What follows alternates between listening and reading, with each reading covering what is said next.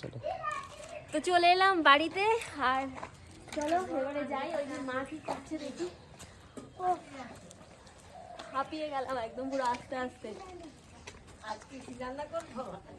আর এইটাকে নিয়ে এসেছি 115 কিলোমিটার। এটার কি হাল আছে সেটা শুধু ভগবানই জানে। দাদু গেল এই মাত্র দোকানে। কিনেছো? কার বাড়ি? সরে দেখি বাবা, ব্যাগটা এটা রাখি। দাও, এটা দাও আগে। উফ, এ নাও মা কেক। ঘরে নিয়ে রাখো। দেখবে না? এটা প্যারামাউন্ট থেকে নিয়ে এসে দেখছো না?